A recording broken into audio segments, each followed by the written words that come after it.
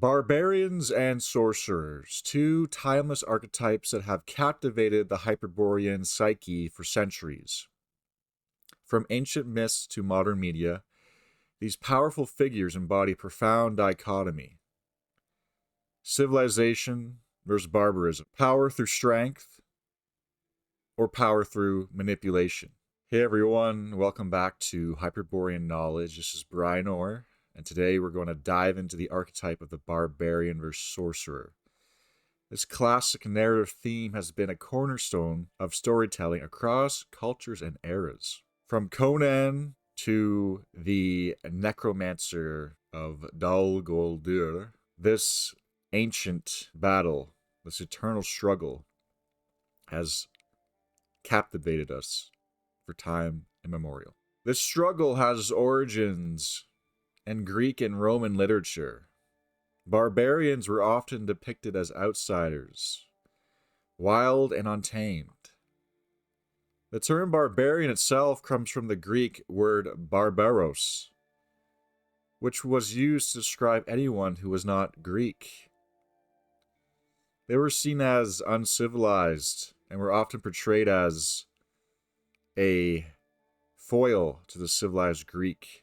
During the Middle Ages, this theme continues with knights and warriors fighting off against wizards and witches. The barbarian symbolized a pure primal man, untouched by the corruption of civilization, while the sorcerer represents the intellectual elite, hiding away in their ivory towers, manipulating civilization and society from the shadows, wielding forbidden knowledge. This is nature versus artifice. This archetype can represent chaos versus order, material versus spiritual, instinct versus the path of enlightenment. Conan uses his raw strength and will to fight Tulsa Doom, who comes from an ancient race and uses lost magic and sorcery to create the snake cult by which he can brainwash the masses and manipulate them to his will. Aragorn the Ranger, which is not far from Barbarian, fights against Sauron, the necromancer, the deceiver, the sorcerer of Dol Guldur. He fights using his will, his birthright, and his ability to inspire those around him. Whereas Sauron uses deception, false gifts, and dark magic to control his army of orcs and his coterie of black Numenorians. The barbarian, in a sense, encapsulates being, someone who uses their will from within and faces life openly, challenging those around them to their face, letting their intentions be known to the world. Whereas the sorcerer typically hides in the shadows, will manipulate, will cast spells in the night, trying to entice the forces of the universe to their will.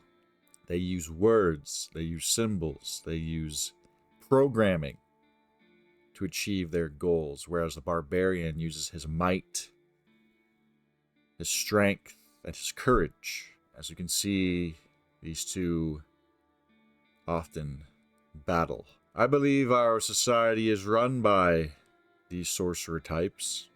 They use their spells, their incantations, to manipulate and control the masses to their will.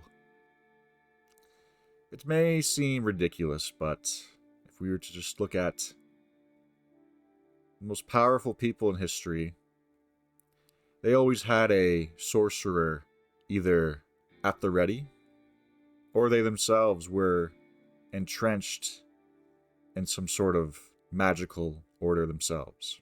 The barbarian rejects the corruption of civilization, whereas the sorcerer embraces civilization. They're often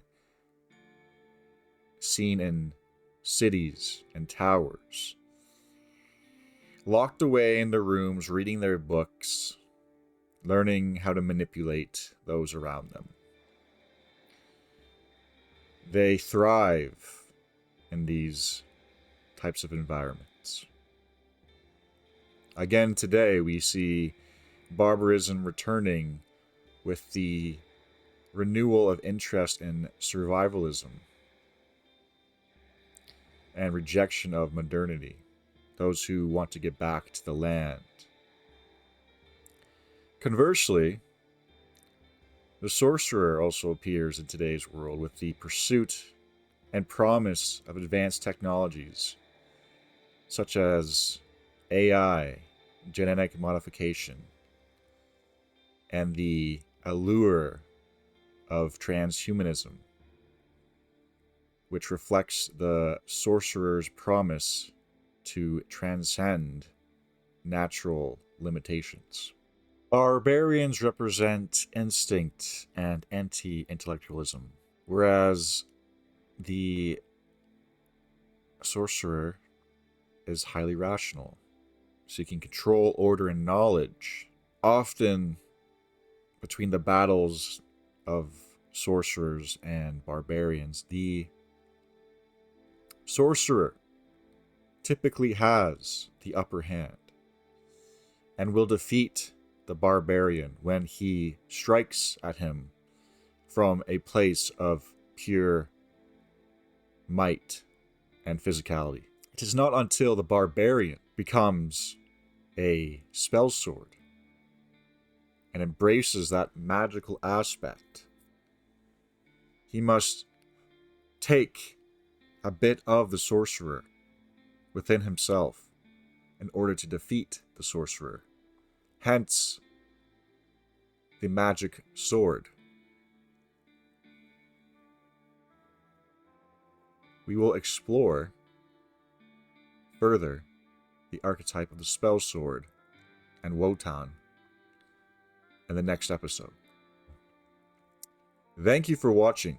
If you like this video, give it a like, share, and subscribe. Thank you. Always fight on.